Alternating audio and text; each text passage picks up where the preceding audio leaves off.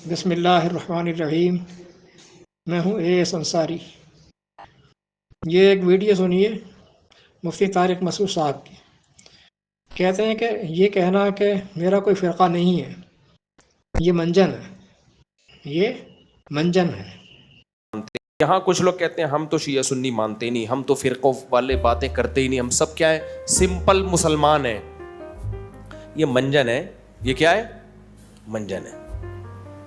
Simple مسلمان کا مطلب کیا ہے؟ جب تمہارے یہاں کوئی رشتہ لینے آئے گا، بیٹی تم نے کہیں رشتے کا پیغام بھیجا، لڑکی کے ابا تم سے پوچھیں گے بیٹا ہم لوگ شیعہ ہیں، آپ کا مسلک کیا ہے؟ آپ کہو گے میں سمپل مسلمان ہوں۔ وہ کہے گا بیٹا ہم کوئی کیا کوئی اور مخلوق ہیں کیا؟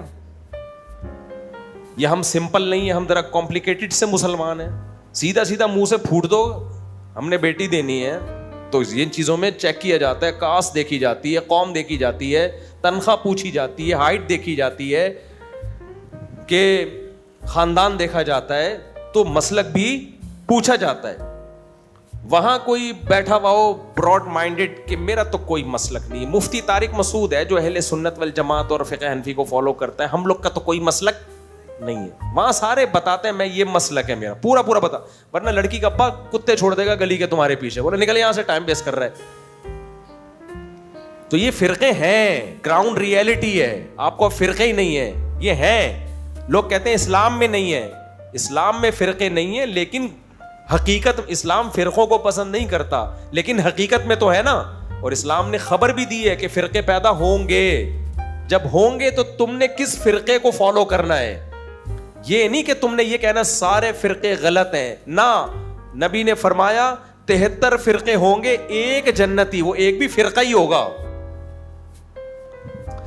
بھائی اگر نبی یوں فرما دیتے 73 فرقے ہوں گے، اور چونکہ اسلام میں فرقے غلط ہیں لہذا 73 کے 73 جہنمی، جو صرف ان تمام فرقوں سے آزاد ہوگا وہ جنتی ہوگا، تو ہم کہتے سارے فرقے غلط ہیں۔ تو اسلام کی طرف جو منسوب فرقے ہیں ان میں ایک جنتی ہے، 72 جہنمی۔ تو ایک جنتی کون سا ہے؟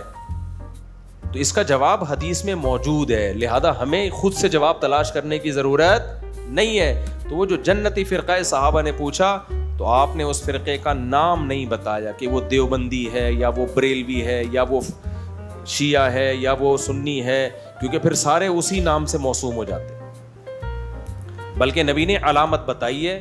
وہ علامت کیا ہے؟ ما انا علیہ و اصحابی۔ قرآن کی روح سے اسلام میں فرقہ بندی شرک ہے۔ یہ فرقہ بندی کو اپنی لفاظی کے ذریعے سے کس طرح سے ڈورس کر رہے ہیں، اور جو شخص اپنے آپ کو فرقوں سے بیزار ظاہر کرے اس پر کس طرح سے نکتہ چینی کر رہے ہیں، گویا کہ وہ اپنے آپ کو فرقوں سے علیحدہ کر کے وہ منجن بیچ رہا ہے، تو یہ منجن ہے۔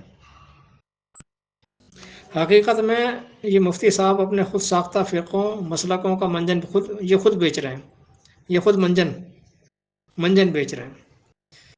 کیا ایسا ماحول بنانا غیر فطری ہوگا کہ دنیا کے اندر ایک قوم ایسی پائی جائے کہ جو یہ کہے کہ میرا کوئی فرقہ نہیں ہے، کوئی مسلک نہیں، کوئی مکتوبہ فکر نہیں، میں صرف اللہ کا مسلم ہوں، صرف اللہ کے احکام کا پابند ہوں، اور میں صرف مسلم ہوں،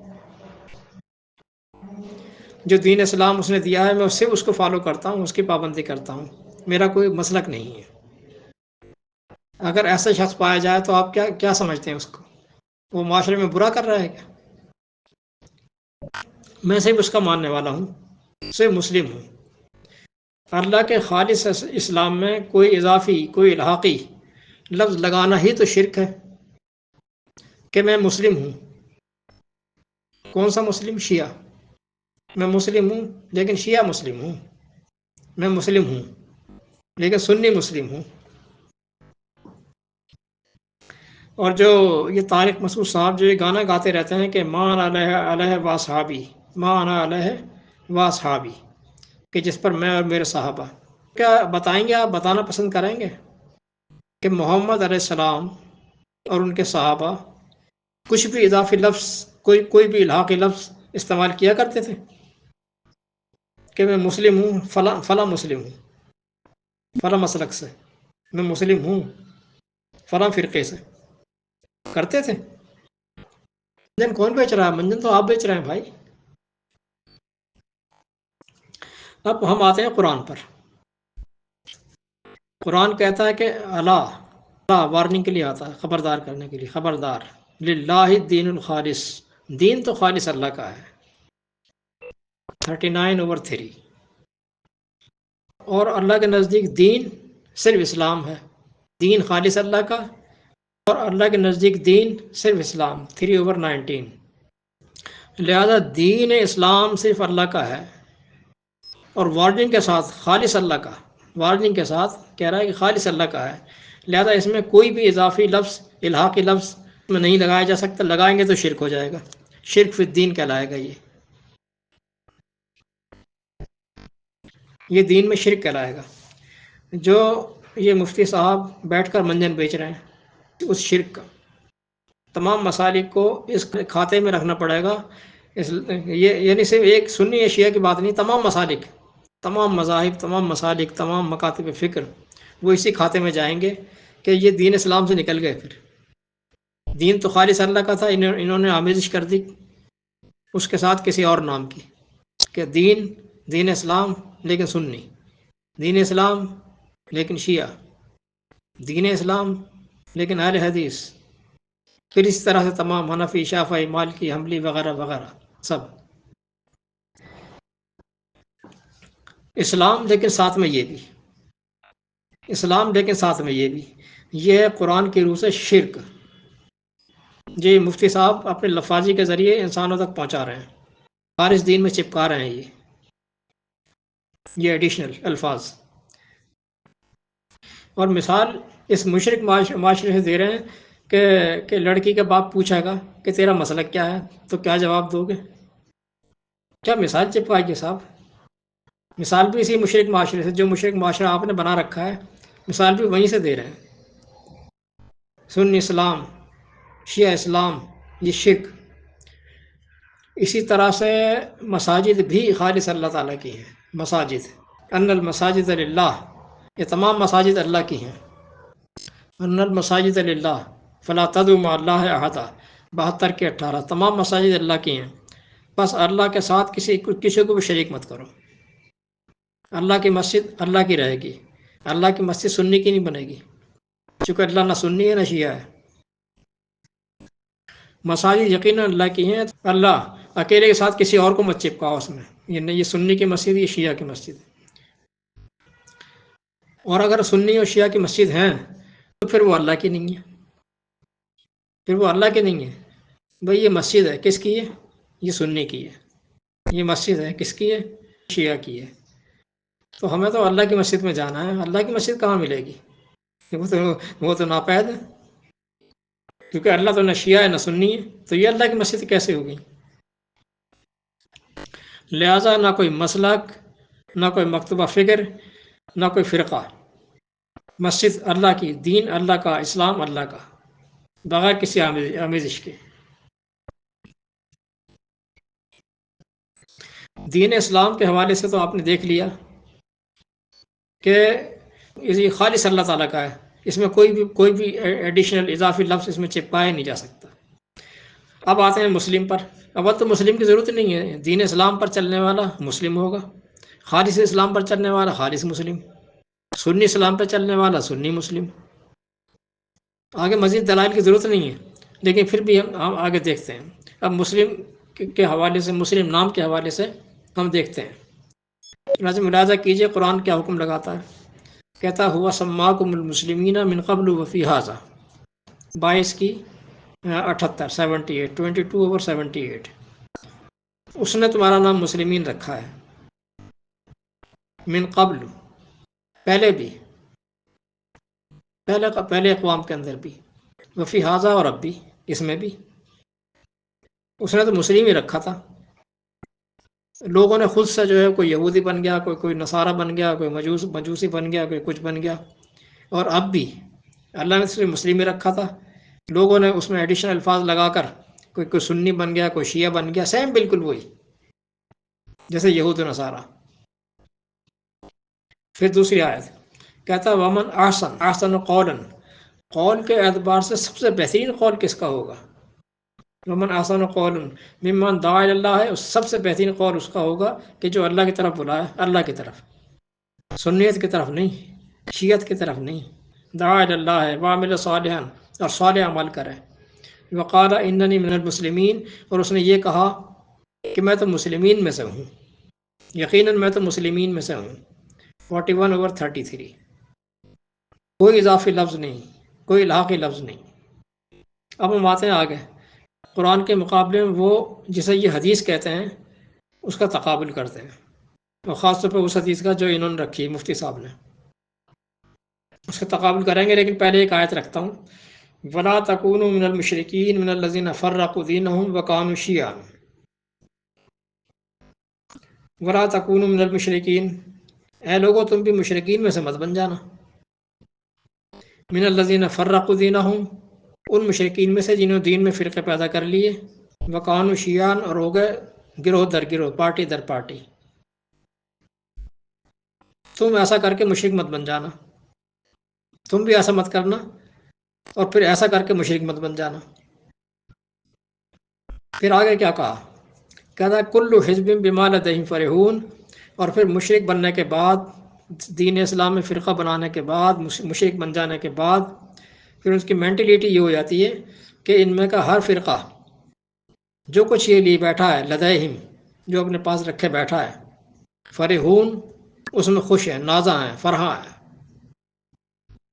اسی کو حق سمجھ رہا ہے. سنی سمجھ رہا ہے میں حق پر ہوں، شیعہ سمجھ رہا ہے میں حق پر ہوں، دیوبندی سمجھ رہا ہے میں حق پر ہوں، بریلوی سمجھ رہا ہے میں حق پر ہوں، اہل حدیث سمجھ رہا ہے میں حق پر ہوں، قادیانی سمجھ رہا ہے میں حق پر ہوں. ہر ایک حق پر سمجھ رہا ہے اپنے آپ. وہی قرآن نے کہہ دیا کہ ہر ایک اپنے آپ کو حق پر سمجھ رہا ہے، حالانکہ تو وہ تو مشرک ہو چکا ہے، پہلے ہی مشرک ہو چکا ہے فرقہ فرقہ بنا کر. دیکھا جناب آپ نے. اب آتے ہیں آگے چلتے ہیں. 72 اور 73 فرقوں والی روایت میں کیا کہا گیا ہے؟ اس روایت کا متن یہ ہے کہ خبردار، تم سے پہلے جو اہل کتاب تھے وہ 72 فرقوں میں تقسیم ہو گئے تھے، اور میری یہ امت ان قریب تقسیم ہو جائے گی 73 فرقوں میں. 72 فی النار وواحد فی الجنہ وہی الجماعہ. ابو داؤد کی روایت ہے یہ کہ 72 تو گئے جہنم میں، 72 فی النار، 72 جائیں گے جہنم میں، واحد فی الجنہ، اور ایک ہی جائے گی جنت میں، وہی الجماعت، وہ ایک جماعت ہوگی. 72 جائیں گے جہنم میں، ایک ہوگا جنتی فرقہ، اور وہ ہوگی الجماعہ، وہی الجماعہ، وہ ایک جماعت ہوگی. گویا کہ یہاں بھی شیرہ لگا دیا. یہ شیرہ لگانے والی باتیں بھی بتاتا ہوں. وہ ایک جماعت ہوگی. جب حضور کو اتنا پتا تھا آگے کا یہ ہو جائے گا، تو پھر یہ بھی بتا دیتے کہ وہ کون سی جماعت ہوگی. یہ شیرہ لگا کے چھوڑ دیا. ابھی میں یہاں لفظ جماعت کی بحث نہیں کر رہا ہوں، لفظ جماعت اس کی بحث نہیں کر رہا ہوں کہ یہ لفظ اللہ تعالیٰ نے قرآن میں داخل ہی نہیں کیا، قرآن میں ڈالا ہی نہیں ہے. یہ بہت بڑا فتنہ ہے یہ لفظ، اس وجہ سے اللہ تعالیٰ نے قرآن میں لفظ جماعت استعمال ہی نہیں کیا ہے. پورے قرآن میں لفظ ہی نہیں ہے یہ، اس لیے کہ یہ فتنے کی جڑ ہے، اور یہ فتنے کی جڑ بقول آپ کے وہ روایت نے لگا دی. وہی فتنے کی جڑ یہاں لگا دی گئی اس روایت کے اندر کہ محمد السلام نے لگا کر چلے گئے بقول آپ کے. ہم نہیں کہتے ہیں کہ یہ حدیث ہے. یہ اب لڑتے رہو. جماعت اسلامی وہ کہے گی ہم حق پر ہیں، ہمیں مانا علیہ و اصحابی. جماعت اسلامی. جماعت المسلمین وہ بھی لڑے گی.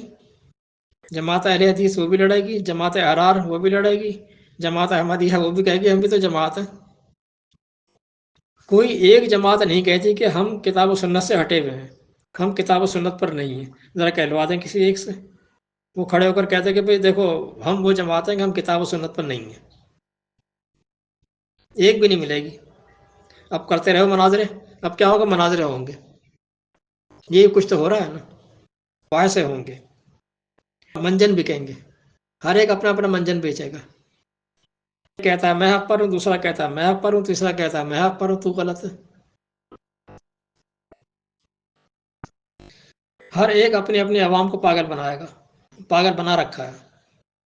تو اللہ نے ان پاگلوں کا علاج کیا رکھا ہے اس آیت میں موجود ہے، جو میں اوپر بیان کر کے آ گیا ہوں.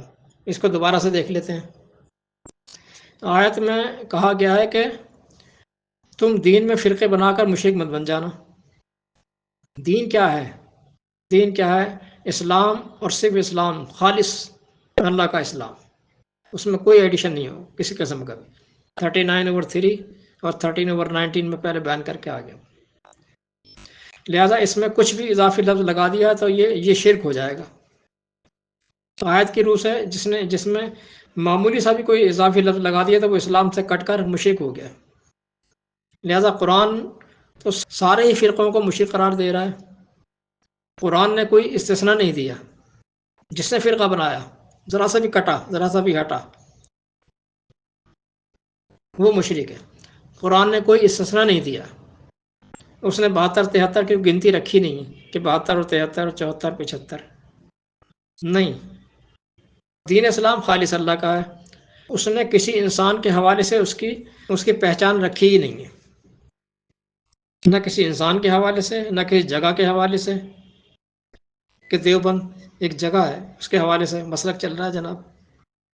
نہ کسی انسان کے حوالے سے، ایون محمد بھی نہیں. دین محمد کا بھی نہیں ہے، نبی کا بھی نہیں ہے، ان کا حوالہ بھی نہیں چلے گا. وہ تو خالص اللہ کا ہے. میں آپ سے پکا رہے ہیں کہ ماں انا علیہ و اصحابی، وہ کہتے ہیں کہ میں جس پر میں چل رہا ہوں. نہیں بھائی، نہ میں چل رہا ہوں نہیں. ہر شخص غلطی کر سکتا ہے. جو اللہ نے کہا ہے وہ ہے دین، جو اس کی کتاب میں ہے، محفوظ کتاب میں. ماں علیہ و اصحابی کہاں سے آ گیا؟ اللہ نے کسی انسان کے انوالومنٹ رکھی نہیں ہے، اس کے ساتھ پہچان رکھی نہیں ہے. آپ کہاں صحابیوں کو اس میں چپکا رہے ہیں لے جا کر.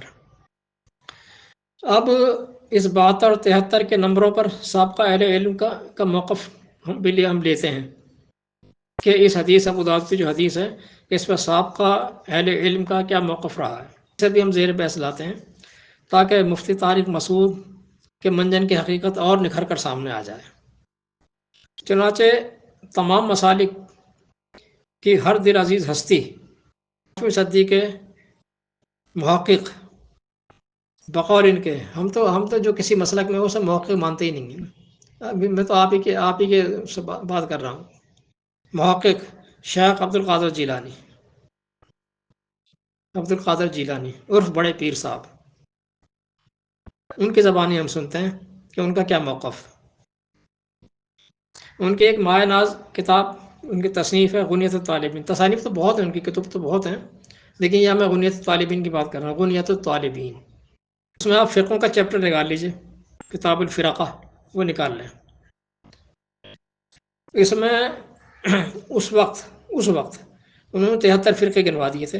یعنی آپ اندازہ کریں کہ آج سے تقریباً 1000 سال، 5ویں صدی کے ہیں نا، تو تقریباً 1000 یا 950 سال پہلے کی بات. اس وقت انہوں نے 73 فرقے گنوا دیے تھے، اور ہر فرقے کے بانی کے نام کے ساتھ اس کا بانی، اس کے عقائد، کون سا فرقہ، اس کا بانی کون تھا، ان کے عقائد کیا تھے، پورے 72 گنوائے انہوں نے. اور وہی بات انہوں نے بھی ثابت کر دی کہ جو قرآن نے رکھی ہے 30 کی 32 کے اندر کہ کلو حزب بما لدیہم فرحون، ہر فرقہ جو مسلک وہ لیے بیٹھا ہے اسی کو حق سمجھتا ہے. چنانچہ عبد القادر جیلانی 72 فرقوں کو تو رکھا انہوں نے جہنمی کے کھاتے میں، جہنمی. اور اپنے والے مسلک کو، جو ان کا مسلک تھا حنبلی مسلک، جو رفع یدین کرتے ہیں نا سعودیہ والے حنبلی، اپنے فرقے کو انہوں نے رکھا جنتی، ناجی، اس کو رکھا ناجی، نجات پانے والا کے کھاتے میں. 72 جہنمی، پورے نام گنوا دیے میں ان کے بانیوں کے، جہنمی، اور ان کا فرقہ یہ نجات پانے والا ناجی. اور جناب مفتی طارق مسعود صاحب، آپ کی اطلاع کے لیے عرض ہے، آپ کو پتہ تو ہے لیکن ایسی باتیں تو چھپاتے ہیں نا، تھوڑا لاتے ہیں پبلک کے اندر. اطلاع کے لیے عرض ہے کہ آپ کے امام ابو حنیفہ اور مسلک حنفی کو انہوں نے جہنم میں قرار دیا ہے ابو حنیفہ نعمان بن ثابت کا نام لے کر، میں کنیت کے. ابو حنیفہ، نعمان بن ثابت، وہ بھی جہنمی فرقے سے تعلق رکھتے ہیں، جہنم۔ اب یہ ما انا علیہ و اصحابی کا منجن اب کیسے بیچیں گے؟ اگر آپ نے حقیقت بتانا شروع کر دی تو آپ کی تو مفتی گیری گئی۔ جب بات چلی نکلی ہے بڑے پیر صاحب کی تو تھوڑا سا اور بھی ہم اضافہ کر دیں اس میں۔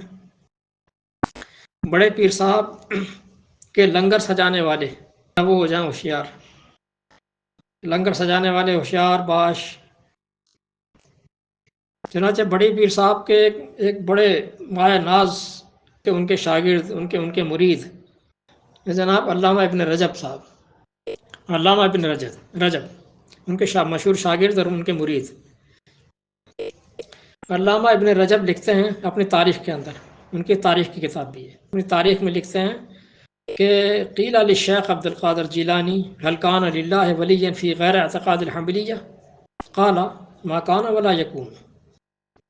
لیجیے صاحب، کہتے ہیں عبد القادر جیلانی سے پوچھا گیا، قیل للشیخ عبد القادر جیلانی هل کان للہ ولیا فی غیر اعتقاد الحنبلیہ، کہ یہ بتائیے کہ حنبلی مسلک کے علاوہ کسی اور مسلک میں بھی اللہ کے ولی گزرے ہیں؟ قال ما کان ولا یکون، تو آپ نے فرمایا کہ نہ ہوئے ہیں نہ ہوں گے۔ لیجیے صاحب، بقول شیخ عبد القادر جیلانی یہ سارے سو کالڈ اولیاء ہندوستان اور پاکستان میں جو پائے جاتے ہیں نا، آپ لگا لیں کتنے سارے ہیں، آپ حساب لگا لیجیے، سارے ولایت سے خارج، سارے ولایت سے خارج، دھو بیٹھے ہاتھ ولایت سے۔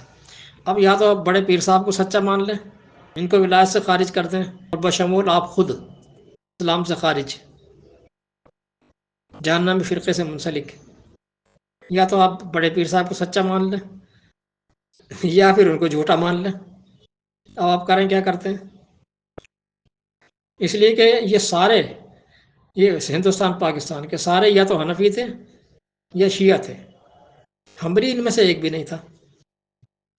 زیادہ تر جو حنفی ہیں چند ایک شیعہ ہیں، لیکن حنبلی ایک بھی نہیں ہے۔ اور بڑے پیر صاحب حنبلی تھے، رفع الیدین سے نماز پڑھا کرتے تھے۔ دیکھیں یہ رفع الیدین کا بھی انہی کی کتاب میں غنیۃ الطالبین میں آپ کو مل جائے گا۔ یہ تو ہو گیا مفتی صاحب کے چورن کا جواب الچورن۔ اب حقیقت کیا ہے؟ لوگ اس طرح سے تنقید کر کے چھوڑ دیتے ہیں، لیکن میں چھوڑتا نہیں ہوں، حقیقت بھی بتاؤں گا کہ حقیقت کیا ہے، لیکن بتاؤں گا مختصر، بڑی ڈیٹیل سے میں بتاتا رہا ہوں۔ اس کے اوپر جو ہے میری ڈیٹیلڈ آڈیوز بھی موجود ہیں، ویڈیوز بھی موجود ہیں، اور پوسٹرز بھی موجود ہیں فیس بک پر اور یوٹیوب پر ویڈیوز۔ نبی اور رسول کا فرق کے حساب سے وہ آپ نکال لیجئے، نبی اور رسول کا فرق یوٹیوب پر نکال لیں آپ، یا میں مختصر بتاؤں گا، مختصر حقیقت کیا ہے۔ آخر میں یہ سن لیجئے، اسلام اتنا واضح اور صاف ستھرا ہے کہ سن کر حیرت ہوگی، اتنا صاف ستھرا، یہ تھا اسلام۔ اور یہ سمجھ کر بھی حیرت ہوگی کہ اتنے بڑے فراڈ کر رکھے ہیں اس میں۔ اللہ نے دین مکمل کر دیا تھا قرآن کے اندر، لہذا دین کی کتاب صرف قرآن ہے، دینی کتاب صرف قرآن ہے، اور اس کی حیثیت اسلامی نظام کے اندر اس کی حیثیت ہے دستور، آئین کی، کانسٹیٹیوشن ہوتا ہے نا، ناقابل تبدل، انچینجیبل، اس کے لاز جو ہیں وہ فکس ہوتے ہیں، پرماننٹ ہوتے ہیں۔ یہ اس کے جتنے بھی لاز دیے ہیں قرآن نے، جتنے بھی ضابطے اصول دیے ہیں، وہ ہیں پرماننٹ ہوتے ہیں۔ یہ کانسٹیٹیوشن ہے یہ۔ اور اس کا ایک ہوتا ہے پھر اس کا عملی نفاذ، وہ پرماننٹ نہیں ہوتا، اس کے ذیلی قوانین ہوتے ہیں جو وقت کے حساب سے اس پرماننٹ لا کے زیر اثر اس کی باؤنڈری میں رہتے ہوئے ترتیب دیے جاتے ہیں، وہ ہوتے ہیں بائی لاز، رولز بنائے جاتے ہیں، ریگولیشن کی جاتی ہے ان کی، rules and regulation, bylaws. یہ پرماننٹ نہیں ہوتے، یہی اصول ہے، یہی ضابطہ ہے قانون کا۔ تو وہ اس کے بائی لاز جو ہے یہ رسول بنائے گا، قرآن پرماننٹ کے حیثیت سے، لا کی حیثیت سے، اور رسول اس کے ذیلی احکامات بنائے گا اپنی شورا کے ذریعے سے۔ رسول کی پوسٹ پرماننٹ پوسٹ اسلام کا مرکزی پوسٹ ہے یہ، اور پوسٹ برقرار رہتی ہے، عہدہ برقرار رہتا ہے۔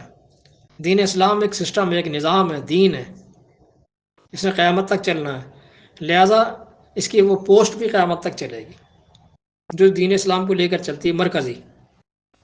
وہ اللہ نے بند نہیں کی، ختم نہیں کی، رسول کی پوسٹ ختم نہیں کی ہے اللہ تعالیٰ نے، نبوت ختم کی ہے، نبی کو ختم کیا ہے، پوسٹ برقرار، اس پر عہدیدار، اس کے آفیسر، اس پوسٹ پر آفیسر تبدیل ہوتے رہیں گے، یہی قاعدہ ہوتا ہے۔ اللہ نے اس پوسٹ پر نفاذ اسلام کی ذمہ داری رکھی ہے۔ اپنے اپنے دور میں ہر آنے والا رسول اسی سسٹم پہ چلاتا رہے گا۔ اپنے دور میں محمد علیہ السلام اس پوسٹ پر فائز تھے، رسول تھے، نبی بھی تھے، نبوت ختم ہو گئی، ایک پوسٹ بند کر دی گئی، ختم کر دی گئی، ایک پوسٹ ختم کر دی گئی، دوسری پوسٹ کو نہیں کیا۔ 33 کی 40 ما کان محمد ابا احد من رجالکم ولکن رسول اللہ وخاتم النبیین، نبیین کے خاتم، نبیین کو اسٹیمپ کرنے والے، ختم کر دیا، سیل کر دیا۔ خاتم کہتے ہیں اس مہر کو جو سیل کر دے، سیل کرنے والی مہر، چیپٹر کلوز کر کے اس کو بوری بند کر دی، اس کا پیکٹ بند کر دیا، اوپر سے سیل کر دیا، لہٰذا نبوت کا پیکٹ بند کر دیا گیا، اس کا دروازہ باب بند کر دیا گیا ہے۔ رسالت کا تو نہیں کیا، رسول تو بند نہیں کیا اللہ تعالیٰ نے۔ اس پوسٹ پر محمد تھے اپنے دور میں، نبوت ختم کر دی، اب نہ کوئی نبی بنائے گا نہ کوئی آئے گا، رسول بطور ایڈمنسٹریشن یہ پوسٹ ہمیشہ رہے گی۔ تبھی تو رسول کی اطاعت رکھی ہے قرآن نے، پورے قرآن میں اطیعوا اللہ و اطیعوا الرسول، اطیعوا اللہ و اطیعوا الرسول۔ اگر پوسٹ ہی ختم کر دی تو یہ پہ اطاعت کس کی؟ حدیث کی تو نہیں کہا اس نے کہ حدیث کی اطاعت کرو۔ لہٰذا ہر آنے والا رسول جو ہے وہ حکومت کو اس طرح چلائے گا۔